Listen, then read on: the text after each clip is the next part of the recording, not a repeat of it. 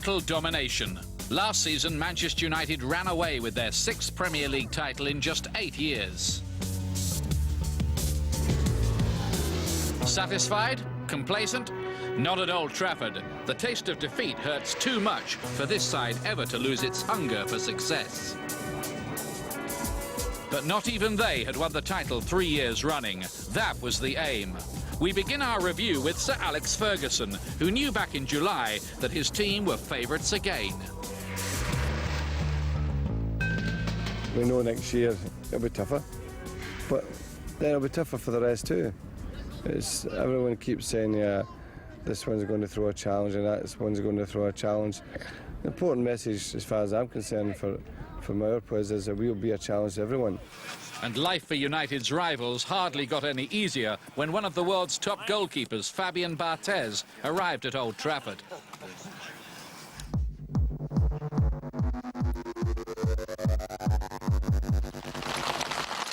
In recent years, Arsenal have been United's closest challengers, but last season they finished an incredible 18 points behind the champions. We won the championship 2 years before with 1 point ahead of Man United, lost it with 1 point the year before. So in the last 3 seasons, I think the gap in the first 2 seasons was more realistic than the last season.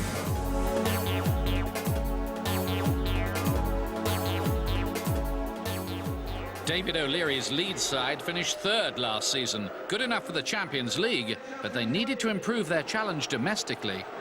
We beat everybody else, but took very little from the big teams. We need to take points from the big teams around us for a start if we're going to do that. And plus, we need to get to the end of the season instead of really blowing up the start of April, which we did.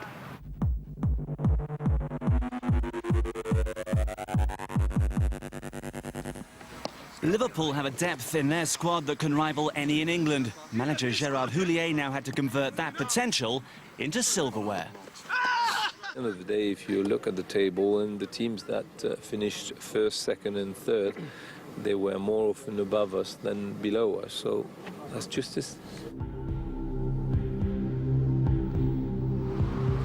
While the red half of Manchester was looking forward to yet another season of success, the blue half was also in celebratory mood. Manchester City had returned to the Premier League following back-to-back promotion seasons. City were desperate to make up for lost time following their enforced absence from the top flight. We've lost 5 years. We've lost 5 years of revenue in the Premier Division. At the end of this season, we'll have a good idea of how far we are behind them and how quickly we can catch them up. But we're on the case. Believe me, we're on the case. City didn't make an auspicious start on their return to the big league. A 4-0 defeat to fellow new boys Charlton Athletic. Last time, we did find ourselves in a relegation battle, and the teams around us, we didn't take enough points off of. So we've got to make sure that they are our big games, not necessarily the Man Uniteds and the Liverpools and the Arsenals. Also making preparations for the season ahead were the referees. Fitness and eye tests are standard fare for the men in the middle, but this year they had to adjust to a number of new rule changes. The most notable was the 10-yard rule. In the event of dissent over a decision, the refs could now move the ball 10 yards closer to the centre of the goal.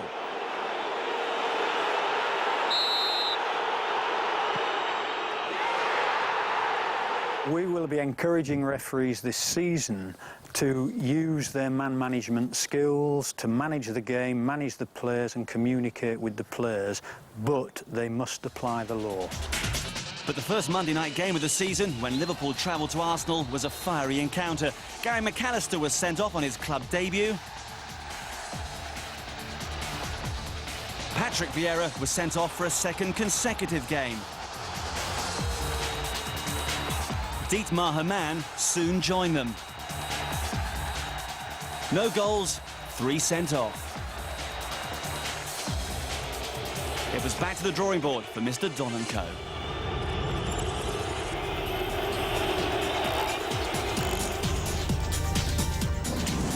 In the news in August, FIFA were discussing proposals for a controversial revolution in the transfer market, but a compromise now looks in sight. Kevin Phillips collected the Golden Boot as Europe's best goal scorer of last season. Phillips scored 30 times for newly promoted Sunderland. Duncan Ferguson made his long-awaited return from injury and scored twice as Everton beat Charlton 3-0. Marion Bahar's injury-time equaliser capped an amazing Southampton comeback against Liverpool. They were 3 down with just 14 minutes left. Newly promoted Ipswich claimed their first point of the season against Manchester United. Fabien Barthez scored their goal in a 1-1 draw. Sunderland were the surprise package of last season. Many experts picked to go down. They finished 7th. They got off to a good start this year with victory over Arsenal, thanks to Niall Quinn's header. Peter Reid added to his squad over the summer, paying Everton £2.25 million for Don Hutchison. The return to his native northeast was driven by one thing: ambition. The whole point of me coming here is to get into Europe, whether that be qualifying for a trophy or a league position. I'd rather it be for a league position, because that means... September started with a shock. Gianluca Vialli was sacked by Chelsea just 5 games into the season. The Blues had lost just one of those games, albeit an embarrassing defeat at lowly Bradford City. But Chairman Ken Bates and Managing Director Colin Hutchinson decided it was time for a change at Stamford Bridge, despite the fact that Vialli had won 5 trophies in his 2.5 years in charge of the club. We shall not be making a hasty decision, but it is fair to say that we will not on this occasion be promoting from within. Italian Claudio Ranieri was brought in to take charge. After 30 years in the game, it was his first taste of English football. The biggest problem is, I think, that we have a great team that goes through ups and downs. So my job is to make it consistent, obviously in a positive way. Claudio Ranieri making his baptism here at, of all places, Old Trafford. And Lascelles cross deep, Flo hooks it back across, a chance maybe for Hasselbaink, who smacks it into the net. Jimmy Floyd Hasselbaink has done it again against Manchester United. A measured cross will drop for Scholes. Fabulous, absolutely fabulous strike. Here's Andy Cole and Sheringham, 2-1 Manchester United. Sheringham, here, Cole onside, off the upright, Beckham has to score. Chelsea are in disarray. Manchester United have 3 goals. If Chelsea were to get a goal, we would have a contest in the half. Flo's header, and it's gone in as well. And Old Trafford absolutely silent. Hasselbaink will be hoping for a cross ball as he seeks to get past Beckham, and he did so very well. Here's Flo, it's 3 apiece. And a strike, his second of the afternoon now from Torre Andre Flo, brings the match back level. Aston Villa's Belgian striker Luc Nillis was forced to retire from football after breaking his leg against Ipswich Town. Adi Akinbayi, a £5 million summer signing from Wolves, scored his first goal for Leicester City against Ipswich Town. The 2-1 victory moved the Foxes into 3rd place.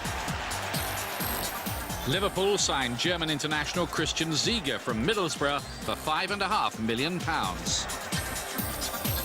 Despite that defeat at Leicester, George Burley's Ipswich side were playing well on their return to the Premier League. Jermaine Wright's first goal of the season secured an impressive away win at Elland Road. The Angel of the North, a symbol of power in the northeast. For Newcastle fans, that means Alan Shearer. This penalty in the 2-0 win over Coventry was Shearer's 200th league goal, and the victory lifted Newcastle briefly to the top of the table. The arrival of Bobby Robson last season was the catalyst for the team's revival. The last few weeks of Ruud Gullit's reign had threatened to tear the club apart at the seams. Then Newcastle were rock bottom and sliding.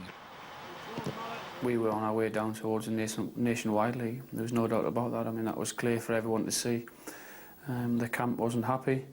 We weren't playing good football. We weren't getting the right results, and inevitably we were bottom of the league. So something had to be done. And he came in and he put a smile back on everyone's faces. He got us all together. He got us playing as a group, and we started playing some decent stuff. And obviously the results turned for us. And we got our season off and running when he first came, really, and it just gone on from there. So we have to build on that this season now, though. It did seem that Newcastle would build on that start. Shearer's winner at Main Road kept them in the top 6. But in December, he'd have the first of 2 knee operations, which would sideline him for most of the season. A surprise name at the top. Leicester City's great start continued throughout September under new manager Peter Taylor. Manchester United and Arsenal were quick off the blocks as well. Derby County propped up the Premier League at the end of the month, and despite that win over Chelsea, Bradford City still found themselves in 19th place. September's moment of the month came from Arsenal's Brazilian fullback, Silvinho. That stunning strike earned the Gunners a vital point against Chelsea.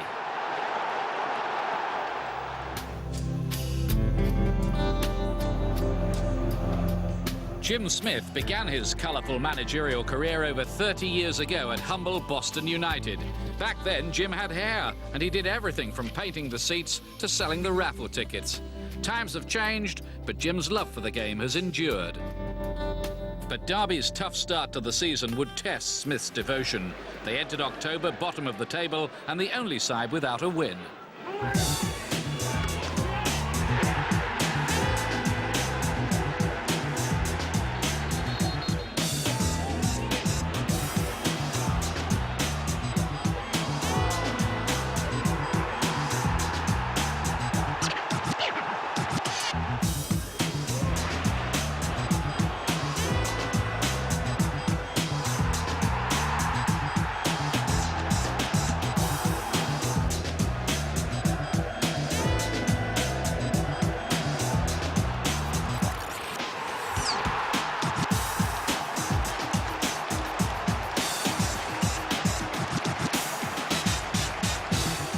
I know we've got enough quality in the club to pull out of this. We just need to get a couple of wins very quickly, obviously. You can't keep going on, and be tight and concentrated more at the back. Following defeats by Liverpool, Spurs and Leicester, Smith appointed ex-Derby hero Colin Todd as his assistant, and they went unbeaten for the next 3 games. A lot of people will be saying, well, we'll have no chance. But I think we've all of a sudden have a little bit of belief in ourselves. We feel that if we do our jobs correctly and we'll keep the discipline, then anything can happen in football. In the news in October, Kevin Keegan resigned as England manager immediately after a 1-0 defeat against Germany in a World Cup qualifier at Wembley. Liverpool beat Everton 3-1 in the Merseyside derby. Nick Barmby scored against his old club following his summer transfer across Stanley Park. George Weah left Manchester City after just 3 months at the club. Unhappy at not playing all the time, he joined Olympique Marseille. Stan Collymore scored a spectacular goal on his debut for Bradford against Leeds. It was his first and last goal for the club. Leicester City had reached the top of the table for the first time since 1963. Their success was built on the meanest defence in the league, 6 clean sheets in 8 games. And goalkeeper Tim Flowers honoured as Carling Player of the Month. Flowers had only conceded 1 goal from open play and was approaching the form that made him an England international. His is a talent based on hard work and total commitment. Brilliant, Tim, brilliant. I give everything I've got for the game and for the team that I'm in. You know, I'm not always the most gifted, but certainly I could never look at myself in the mirror when I pack in and say, I thought you could have tried harder. Do you know what I mean? Everything I've got or managed to achieve has been through hard work. Flowers knew he'd be in for a busy afternoon when Manchester United strolled into town. It was Leicester's first real test of their table-topping credentials. Well, when the fixture list was published some 3 months ago, no one would have dreamt of a scenario such as this. First against second at Filbert Street. Drawn out of the centre. Owen gets the cross in. Sheringham. Well, he's had a good week. Teddy Sheringham. Keane. Irwin. And Flowers beats it out. And in on the spot again is Teddy Sheringham.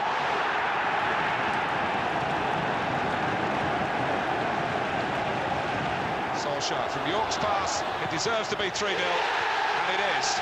Ole Gunnar Solskjaer, emphasising the superiority of the side that started the day in second place, but will end it back on top of the Premiership. We're a little bit down. I've got to make sure the players are not too down. They've got to bounce back. I just told them that I'll be fine on Monday morning for training, and I expect them to be. So we were beaten by the better team, there's no doubt about that.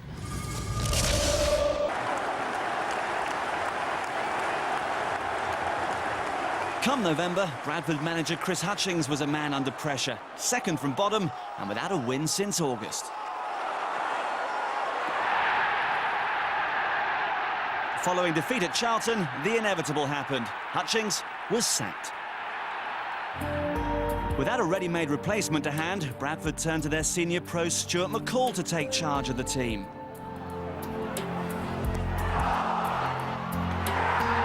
But things didn't get any better. Defeats against Everton and Derby convinced McCall he didn't want the job full-time.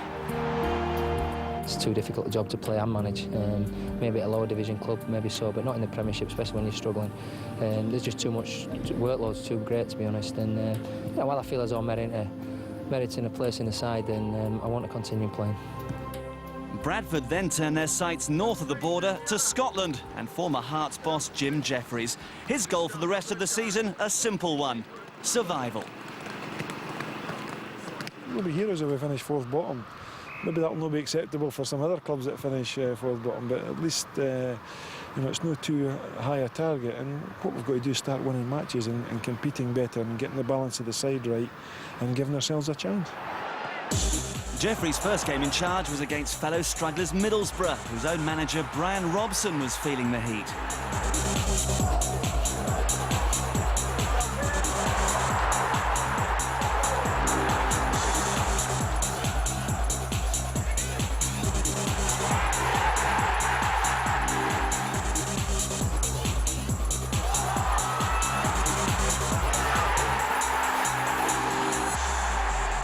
A 90th minute equaliser ensured honours were even at the Riverside, but there was clearly going to be a long struggle ahead for both teams. Also in November, the FA unveiled Swede Sven-Göran Eriksson as the new England manager, the first time that a foreigner had been in charge of the national team. There were demonstrations outside Villa Park as fans protested against chairman Doug Ellis's reluctance to open the chequebook and buy new players.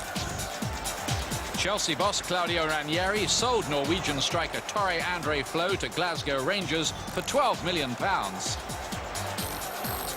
And Arsenal announced plans for a new stadium to be built on a site close to their current ground, Highbury.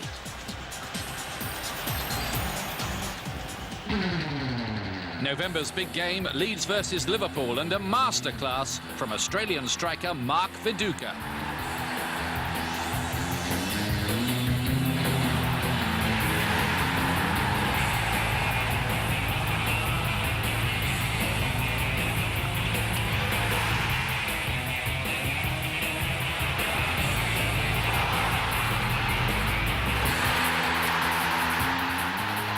Leeds won 4-3 and Viduka grabbed all four. Surely the best performance of his career. It's definitely up there, you know. It's something that I'll never forget, and I think it was a great match altogether. You know, I thought, you know, 4-3 was a, you know, it was a good match for the whole thing, and for myself personally. But for our November moment of the month, we chose Paul Merson's amazing last-minute winner for Aston Villa against Everton.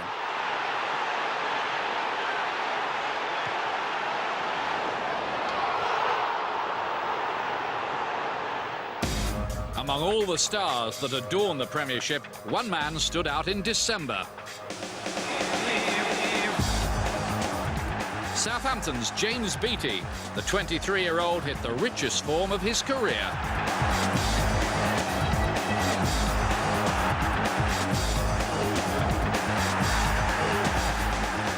Ten goals in 10 games, the striker finally beginning to live up to his potential. Last year was, you know, I had a few injuries and whatnot, and I've just waited patiently for this year and waited for my chance, and I've got it now, and you know, hopefully I can just keep playing as I am doing. You know, I've just been working hard. I've worked hard all the way through pre-season. I've been doing extra bits and bobs and that with the gaffer. He's been teaching me, you know, and positional sense and movement in the box, and you know, it's all come good at the minute. The next step for Glenn Hoddle was to get Southampton chasing Europe, not dreading relegation. Ideally, I would love to get into that, what I call the second division of the Premiership, and really get ourselves and consolidate ourselves and get some consistency. And that is something that a lot of clubs are missing. I think there's only one club at the moment in the Premiership, and that's Man United. Elsewhere, Terry Venables was appointed head coach of Middlesbrough to work alongside managers brought against him by Merseyside Social Services. Tottenham's Ledley King scored the fastest goal in Premier League history against France 10 seconds. And Rio Ferdinand joined Leeds from West Ham for a British record transfer fee of £18 million. That's a big win for me to come from London, from West Ham, after West Ham had done so much for me and given me so much. But I'll always appreciate that, and I always love West Ham as a club. But this is a new beginning for me, and I'm here at Leeds to win things, and I want to push the club onto our next level and help push the club, and hopefully we can do that. He's an outstanding footballer, make no mistakes about that. I'm sure people are saying to you, oh, well, he's improved since he's been at Leeds or whatever, but I don't know if he can get much better, because, you know, people found an odd mistake that he made once a year and made a big thing of it. But show me a player who doesn't make a mistake, and I don't know where that player is. He's a fantastic footballer, but 18 million, yeah, we had to take it.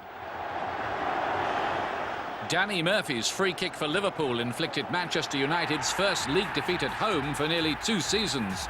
But by the end of December, United had an imposing 8-point lead over Arsenal, and Sir Alex Ferguson was already confident that his side wouldn't throw it away. We hope not, and obviously we'll do our best to make sure they focus properly and get into a winning position and stay there.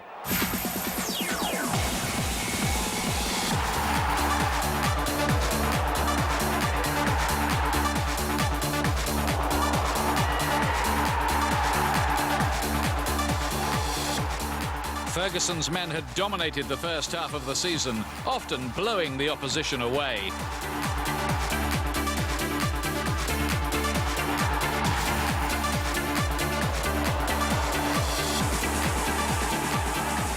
At times, their football was simply breathtaking.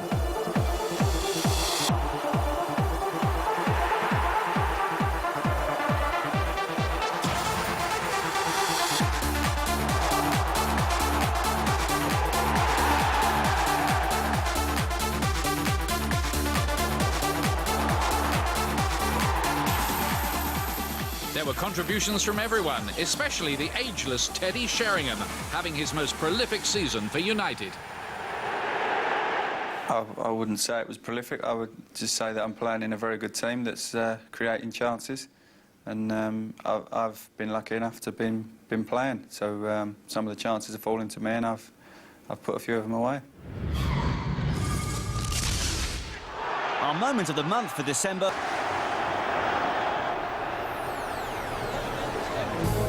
The new year, a time for resolutions and fresh starts, something all Middlesbrough fans needed. A run of 9 defeats in 10 games had left Borough struggling in the relegation zone. The man given the task of saving the club was Terry Venables. Chairman Steve Gibson brought him in to take the pressure off manager Brian Robson, who became a background figure.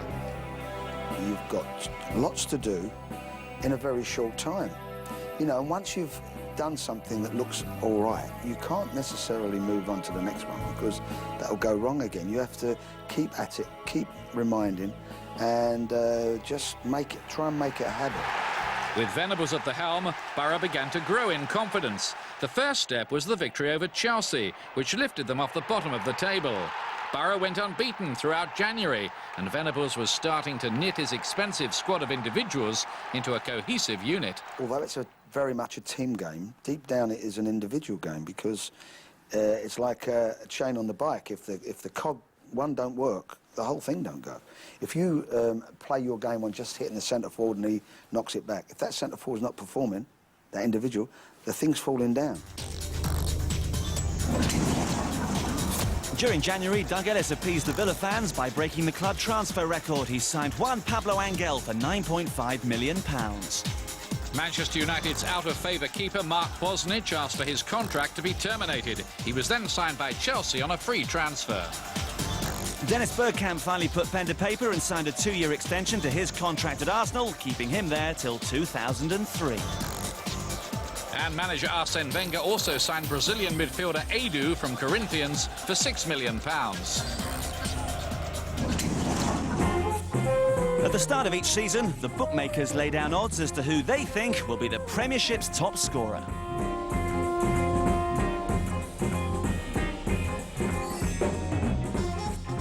Each year, the usual suspects are in the frame. But this year, an unfancied dark horse made the running. By the end of January, the Ipswich striker Marcus Stewart had notched up an impressive 15 league goals. Not bad for a player in his first season in the top. For me, I haven't known I could do it. I've obviously got just over a quarter of the season left to go. I've got to do it for the rest of that as well. But at the moment, you know, I'm even surprising myself. Stewart and Ipswich had surprised a lot of people. Pre-season favourites to go down, their victory over Spurs lifted them to third in the table and the possibility of a Champions League place. End of the season.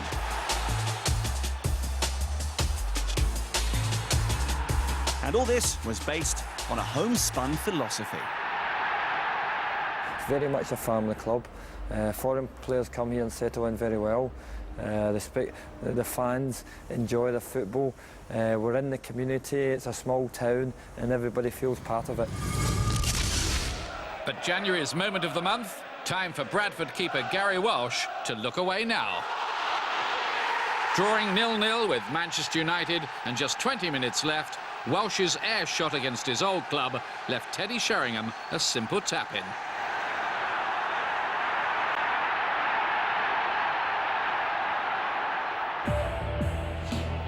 As the season entered the homeward stretch, increasing tension was very much in evidence at Highfield Road.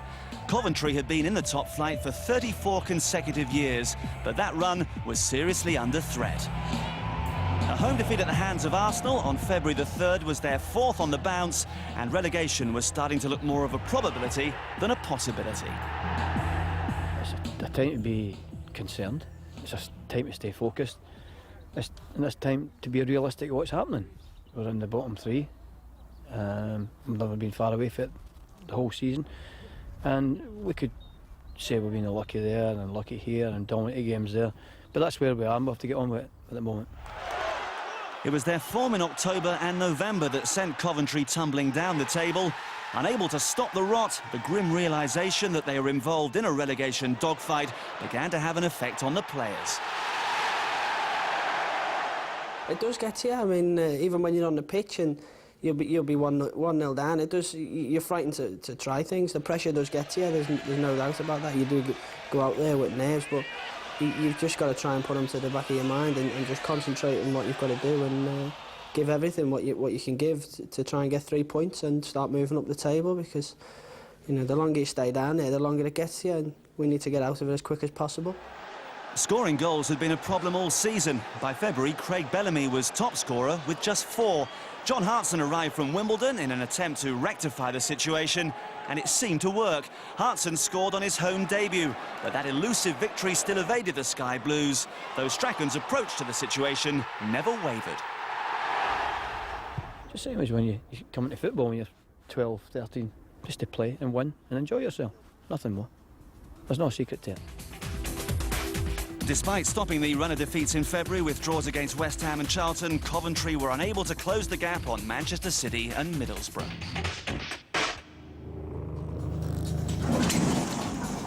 Elsewhere, Robbie Fowler made a welcome return from injury and scored twice against West Ham in Liverpool's 3-0 victory.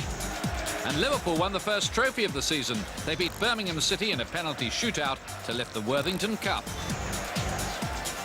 Manchester United joined up with baseball legends the New York Yankees in an exclusive global merchandising deal.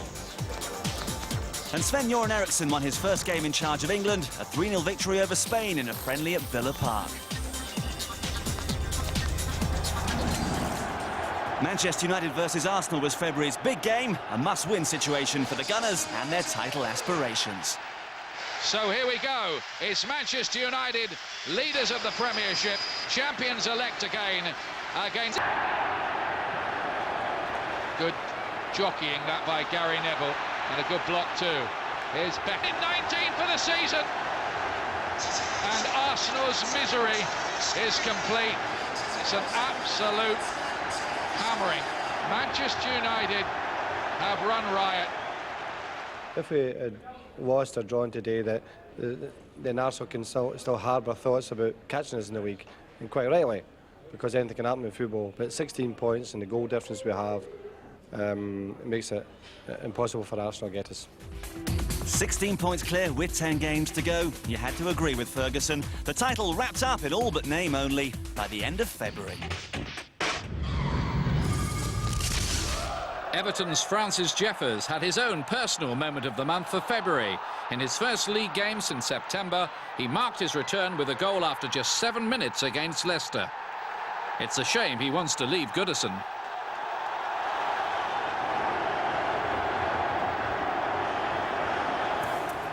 March saw the sacking of Tottenham manager George Graham by new owners ENIC. They claimed he'd made inappropriate statements to the press about the club's future. I question seriously why we are where we are today, because this is not, in my view, of my making.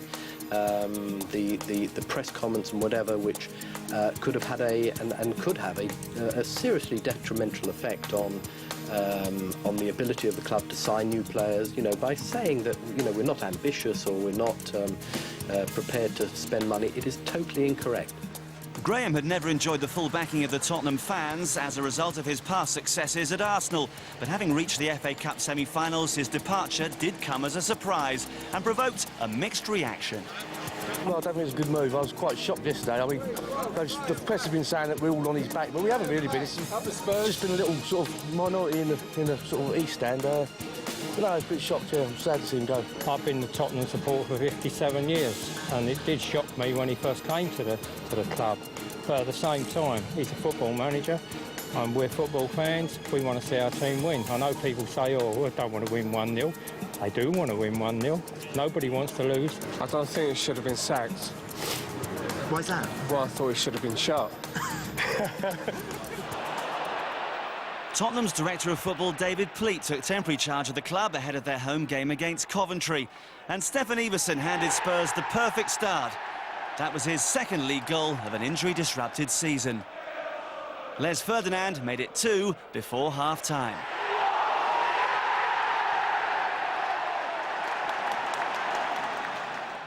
Sergei Rebrov wrapped up the points with Spurs' third goal of the game, but there was only one name on the fans' lips as the club searched for a new manager. And their wish was duly granted. Just over a week later, they announced that Glenn Hoddle would return to White Hart Lane. He opened his Premiership account with a victory over Bradford and then set out his stall for the rest of the year. The next 6 games are about me finding out about my players individually. Our squad is down to the barest bones at the moment. So these youngsters are going to be given a chance. There's no other option. It was in March that the world of football was shocked and saddened by the death of former Arsenal star David Rocastle. Rocky died of cancer at the age of just 33.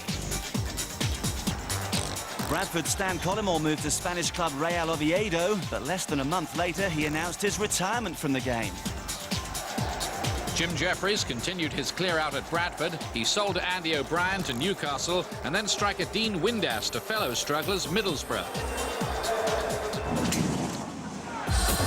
No doubt about the form team in March, Leeds United.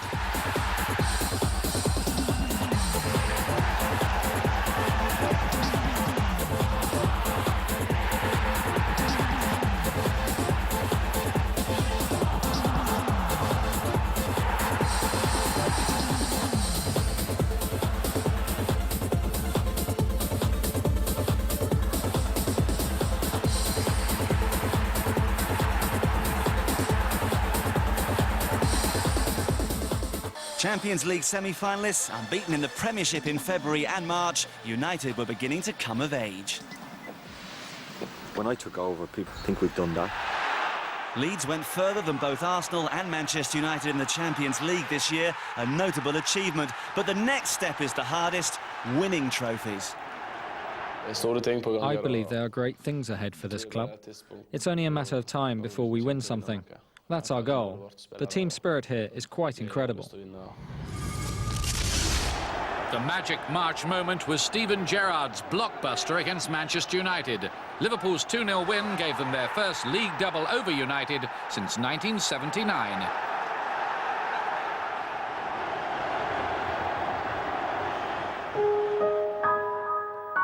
They used to be kings of Europe. By April, it was clear that Liverpool were rediscovering their winning touch. They'd already won the Worthington Cup, and in April they reached the finals of the FA and UEFA Cups. As much as that's a good achievement, and we haven't done that in the last few years, we still obviously want more. I don't think anyone can fault us in the cup competitions so far. We've obviously not lost a tie yet, and we're through to 2 finals, and we've already won 1, so that's encouraging. But obviously the league form is very important, and next year that's what the big improvement we'll be hoping to make. Cup success. Houllier had built a squad with strength and depth. Indeed, some consider it to be the best in the Premier League. Not surprisingly, the Liverpool players go along with that. I work with the lads every single day. I know what he can do, what he can't do, so I mean, I'm obviously going to say they are the best by looking at them. I mean, people might think I'm being biased, but that's just my opinion, and everyone's entitled to their opinion. But the side who have proved themselves to be the best over the last decade were on the verge of capturing their 7th Premier League title. On Easter Saturday morning, Manchester United duly beat Coventry 4-2.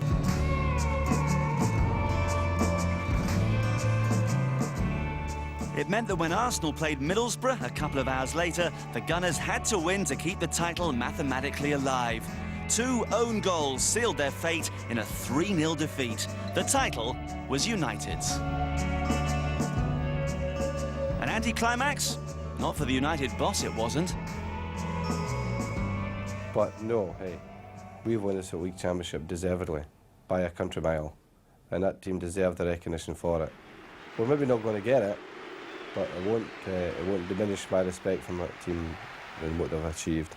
They have been phenomenally consistent, and a great attitude to everything in football terms. The awards kept coming for United. Teddy Sheringham won the PFA Player of the Year, while Liverpool's Steven Gerrard picked up the award for the best young player. Manchester United also completed the signing of Ruud van Nistelrooy for £19 million after he'd recovered from a long-term injury. A last-minute Carl Cork goal condemned Leicester to their 8th consecutive defeat. Top in October, the Foxes were 13th by the end of April.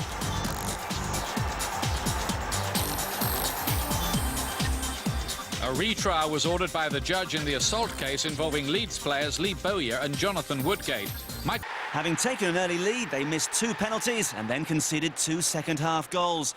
The victory secured Premiership status for Everton, who again struggled throughout a disappointing season. We've been looking for a win for our last 3 games now, and we only managed it today. Some of the clubs that have been round about us have been exactly the same and have not managed it yet. So, you know, fortunately for us, it takes away the real edge to the end of the season, and we can relax a little. Despite their relegation to... The clubs entered May with just 2 games left and 2 relegation spots to fill. Coventry were hoping for a repeat of their all-too-familiar last-day heroics. Makes it crazy, but what we're hoping is we're still in a position in the last game of the season where we can still stay up. I think that's as much as we can look forward to just now. Manchester City had experienced back-to-back promotions. They were now just hoping to avoid relegation. So was Joe Royle allowing himself to dream of survival? Of course I dare to dream. I mean, I think that we're capable of winning both games. And if we get to 40 points, then that's not enough. Again, we would be unlucky, but let's get there first. Victories for Borough and Derby would ensure their Premiership status. Manchester City needed at least 4 points, but probably 6. Coventry had to win both games, starting at Villa Park. The players take to the field in what promises to be a dogfight between two neighbourly clubs. Eustace. Good run, great counter-attack, Hadji gets it this time! Lifeline for Coventry. Williams over the top, no offside. Hadji's beaten them again. Oh! Oh! What a goal! What a goal! Coventry set to survive in style. To the pump for Aston Villa. Delayed it as well to get the cross in. Oh, and it's sneaked in by Vassell. An untidy goal. Taken by Southgate. It's a good cross by Southgate. Chance for Angel. Oh! Coventry beaten by an angel. Ginola plays it in. Dublin doesn't get there. Wilson hits it. That's the killer. That's the killer. Coventry City are going down. Coventry's long run in the top flight had finally come to an end after 34 years. But the Sky Blues and their fans were vowing to make a swift return. No such worries for Jim Smith's Derby County side. A Malcolm Christie goal gave the Rams an improbable 1-0 victory at Old Trafford. A great escape by a side that didn't win a league game until the 14th match of the season. The Bald Eagle will be flying again next season in the Premiership.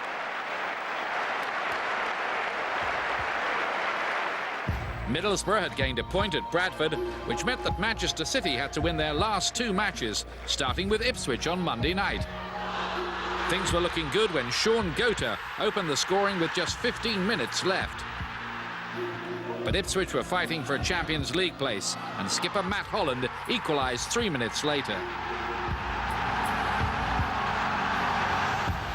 The end was near, and it arrived in the form of Dutchman Martin Reusser. His 3rd goal in as many games sent City straight back down to Division 1. We've had enough chances. I mean, we've had enough chances, not so much chances of goals, but chances to put it right. We've been in the lead 9 times. You know, we've not been prolific goal scorers, but we scored enough. We just conceded too many. At the end of the season, Joe Royle was sacked, and within 3 days, he'd been replaced by the former England boss, Kevin Keegan.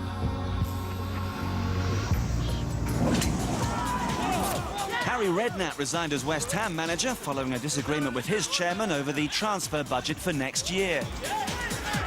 Jimmy Floyd Hasselbaink was the Premiership's top seed. Southampton will move to a new stadium this summer. More than 500,000 people lined the streets of Liverpool to celebrate the Reds' amazing cup treble. In May, they added the FA and UEFA Cups to the Worthington Cup they won in February. Liverpool's arduous campaign wasn't over, though. On the final day of the season, they travelled to Charlton for their 63rd game, knowing a win would guarantee Champions League football next season. McAllister's corner. Oh! Murphy. Fowler's called away to the back post. Murphy goes alone and scores!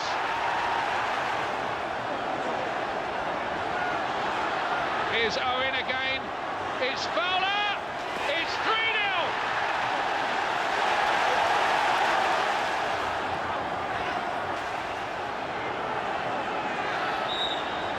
It is all over. Congratulations to Liverpool, to Gerard Houllier and Phil Thompson. Liverpool Football Club will be playing Champions League football next season.